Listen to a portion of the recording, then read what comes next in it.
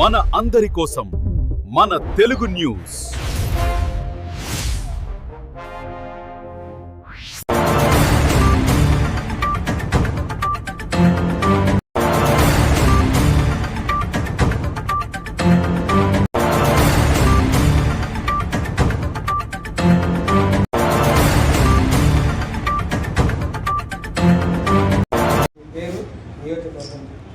అందరికీ నమస్కారం.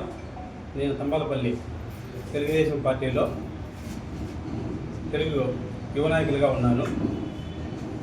నిన్న తెలుగుదేశం తంబాలపల్లి టీడీపీ అని ఒక ఫేక్ అకౌంట్, తర్వాత కేరళ మార్ట్ నుంచి నా పైన ఒక తప్పుడు ఆరోపణలు చేస్తూ సోషల్ మీడియాలో ఒక పోస్ట్ రిలీజ్ చేశారు. ఆ రిలీజ్ చేసిన వెంటనే నేను స్పందించే దానికోసం మా వాళ్ళందరితో మాట్లాడాను. ఈరోజు నేను పార్టీలో ఇంత యాక్టివ్గా పనిచేస్తున్నా కూడా నేనేమన్నా పార్టీ వచ్చిన తర్వాత ఇక్కడ పార్టీలో వచ్చి కష్టపడుతున్నానా, ముందే వచ్చి నేను ఈ పార్టీ కోసం సేవ చేసినానా? వైసీపీలో ఉండే మా గ్రామ స్థాయిలో ఉండే వాళ్ళందరినీ కావాలంటే అడగండి, వాళ్ళు చెప్తారు మీకు ఎవరు శత్రువు, నిజమైన శత్రువు అంటే నా పేరు చెప్తారు. నన్ను టార్గెట్గా పెట్టుకునేసి ఈరోజు వైసీపీ గవర్నమెంట్ వస్తానట్లే వీళ్ళు చంపేద్దాము అనే అంత రీతిలో నేను పనిచేసిన. ఒకప్పుడు శంకర్ యాదవ్ గారు ఉన్నప్పుడు మన కాన్స్టిట్యున్సీలో ఆయన దగ్గర తెలుగు యువత తంబాలపల్లి ఉపాధ్యక్షుడిగా, జన్మభూమి కమిటీగా ఎన్నో సేవలు అందిస్తూ నేను పనిచేశాను తంబాలపల్లి కాన్స్టిట్యున్సీలో ఆయన కోసం. ఈరోజు తంబాలపల్లి కాన్స్టిట్యున్సీలోనే వడ్డెర సామాజిక వర్గంలో 45,000 మంది ఉంటే వాళ్ళలో ఒకరిద్దరు తప్ప ఎవరు యాక్టివ్గా లేనేలేరు. అలాంటిది మమ్మల్ని ఇంకా అణిచివేయాలని చెప్పి ఈ కొంతమంది వైసీపీకి సంబంధించిన వాళ్ళందరూ కూడా నన్ను ఇబ్బంది పెట్టాలని చెప్పి సోషల్ మీడియాలో ఒక పోస్ట్ రిలీజ్ చేస్తారు.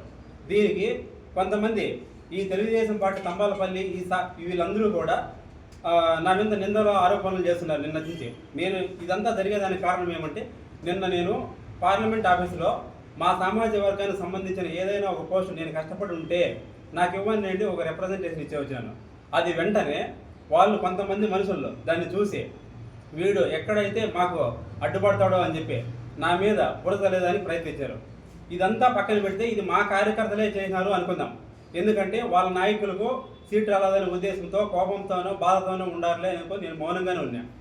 ఆ టైంలో ఇక్కడ జగ్గా అన్న అనే ఫేస్బుక్ అకౌంట్ అతను చనిపోయి 2017లో చనిపోతే ఆయన పేరు మీద ఒక ఫేస్బుక్ అకౌంట్ క్రియేట్ చేసి 2023 నుంచి అది వాడతాను ఒక అతను.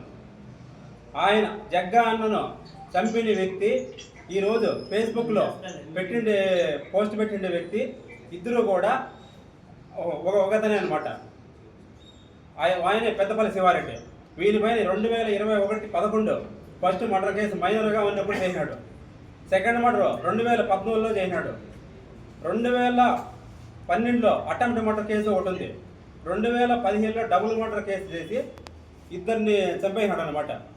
ఆ చంపిన వ్యక్తిలో జగ్గా అలియా జగదీష్ రెడ్డి జగ్గా అనే ఫేస్బుక్ ఒకటి క్రియేట్ చేసుకునేసి జనాలను కన్ఫ్యూజ్ చేసేసి ఈరోజు ఎవరైతే జగ్గా వాళ్ళ ఫాలోవర్స్ ఉంటారో వాళ్ళ పిల్లలందరినీ ఇబ్బంది పెడతాము, లేకపోతే ఈ టీడీపీ వాళ్ళకి ఖచ్చితంగా వాళ్ళు మెసేజ్ చేయాలనుకుంటారనే ఉద్దేశంతో ఒక ఫేక్ అకౌంట్ క్రియేట్ చేసిన వ్యక్తి ఈరోజు ఆ పోస్ట్ పెడతాడనమాట.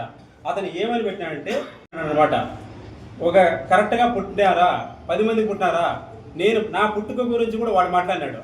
ఈరోజు నేను ధైర్యంగా మా నాయన కరెక్ట్గా పుట్టి మా నాయన ఒక్కరికే పుట్టినారు కాబట్టి నేను ఇక్కడికి వచ్చి మాట్లాడుతాంట. ఫేక్ అకౌంట్ క్రియేట్ చేసుకునే వెధవలందరూ ఈరోజు ఎక్కడో బెంగళూరులో ఉండి ఈ దొంగ మటర్లన్నీ చేసుకుంటా వచ్చేది ఒక మటర్ చేసి బెంగళూరుకి వెళ్ళి తల కాసుకునేది. ఇదే పని ప్రతి పోలీస్ డిపార్ట్మెంట్లో తెలుసు.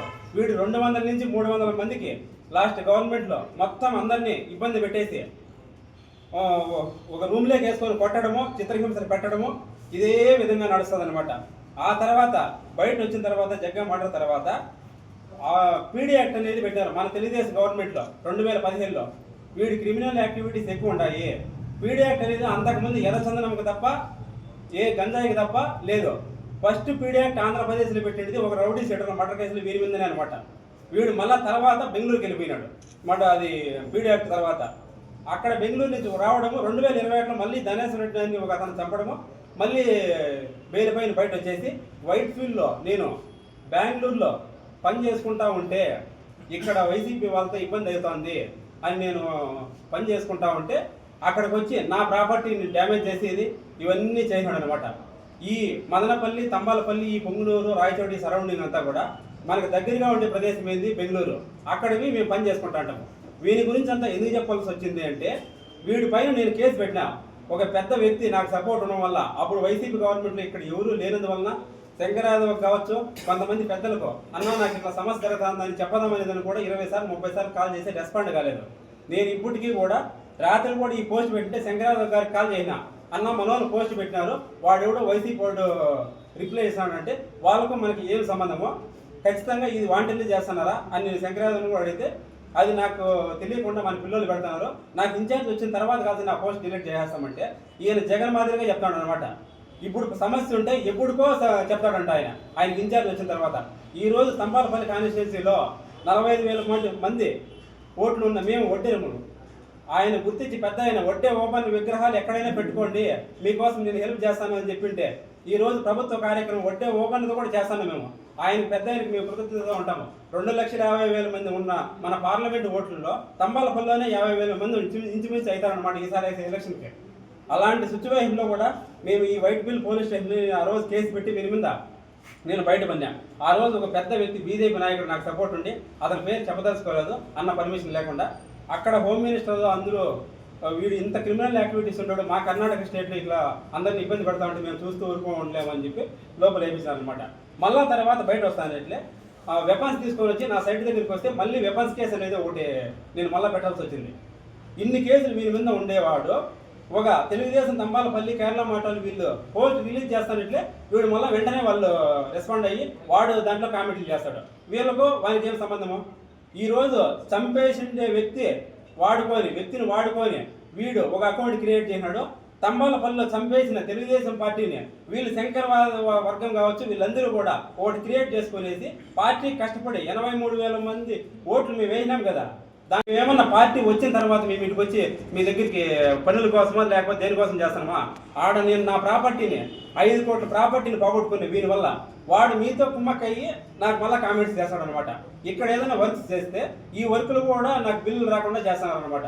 తర్వాత 2017-18లో సర్వశిక్ష అభినయం నుంచి సమగ్ర శిక్ష అభినయం అయిన తర్వాత నేను స్కూల్ బిల్డింగ్ వర్క్ చేస్తే వైసీపీ గవర్నమెంట్లో ఉన్నప్పుడు వాళ్ళు నాకు బిల్లు కూడా పెట్టలా. ఈ రోజు నువ్వు వైసీపీతో ఉండమంటారు. మా నియోజకవర్గంలోనే మేము ఎంతో యాక్టివ్ ఉన్నాము.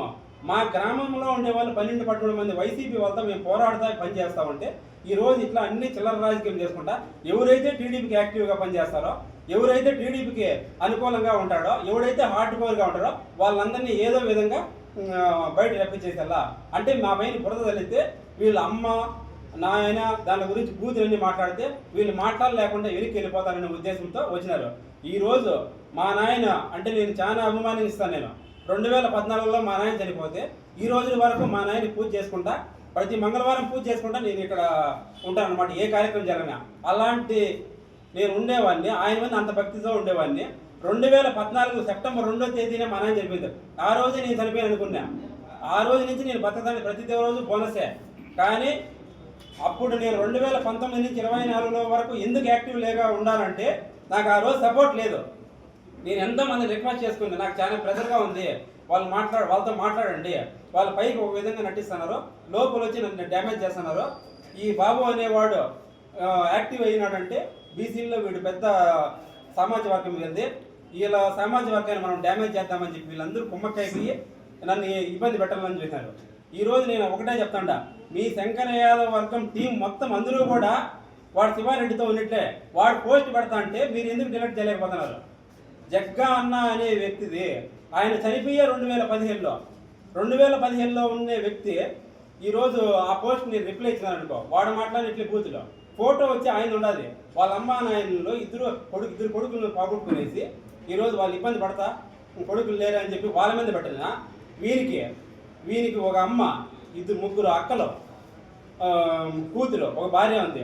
నేను వానిలాగా బిహేవ్ చేసి వానిలాగా వల్గర్గా మాట్లాడినా. మీ సంస్కృతి వైసీపీ పార్టీలో ఇలా వల్గర్ లాంగ్వేజ్లు మాట్లాడి 11 సీట్లకు వచ్చింది. నీలాంటి వాళ్ళు ఎవరు గుర్తించరాదనే ఉద్దేశంతో మీరు సైలెంట్గా ఉండరు. మా టీడీపీలోకి మీరు దూరి చాలా మందిని మీరు ఇబ్బంది పెట్టేసి భయభ్రాంతులకు గురి చేస్తున్నారు. 200 నుంచి 300 మంది ఎందుకంటే అన్నానంటే మీరు ఇంటెలిజెన్స్ రిపోర్ట్ ద్వారా నివేదిక తీసుకోండి వీడు ఎంతమందిని బెదిరించినాడు అని.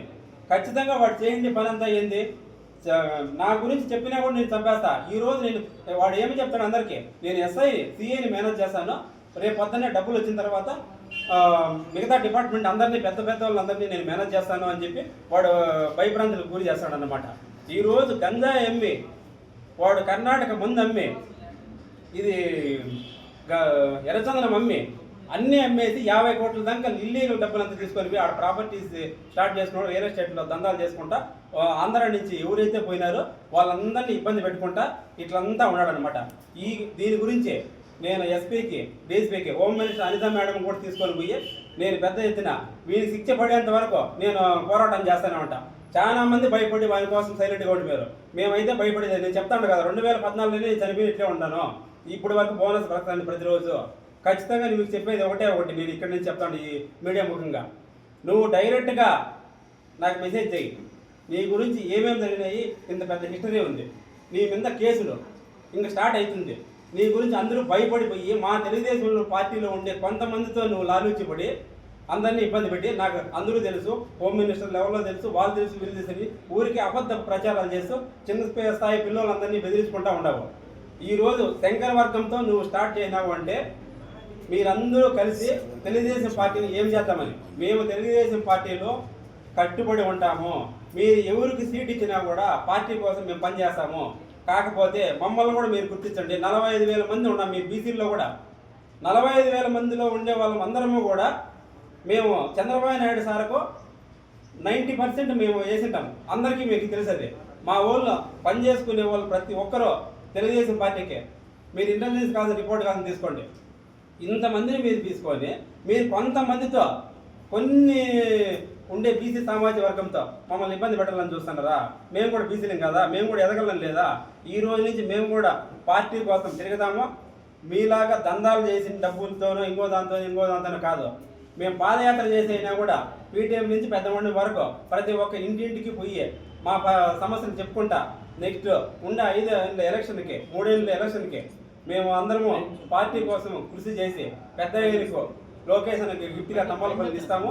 మా సామాజిక వర్గాన్ని గుర్తించండి, వీళ్ళు చేసిన అరాచకాలను కూడా మీరు గుర్తించండి. ధన్యవాదాలు.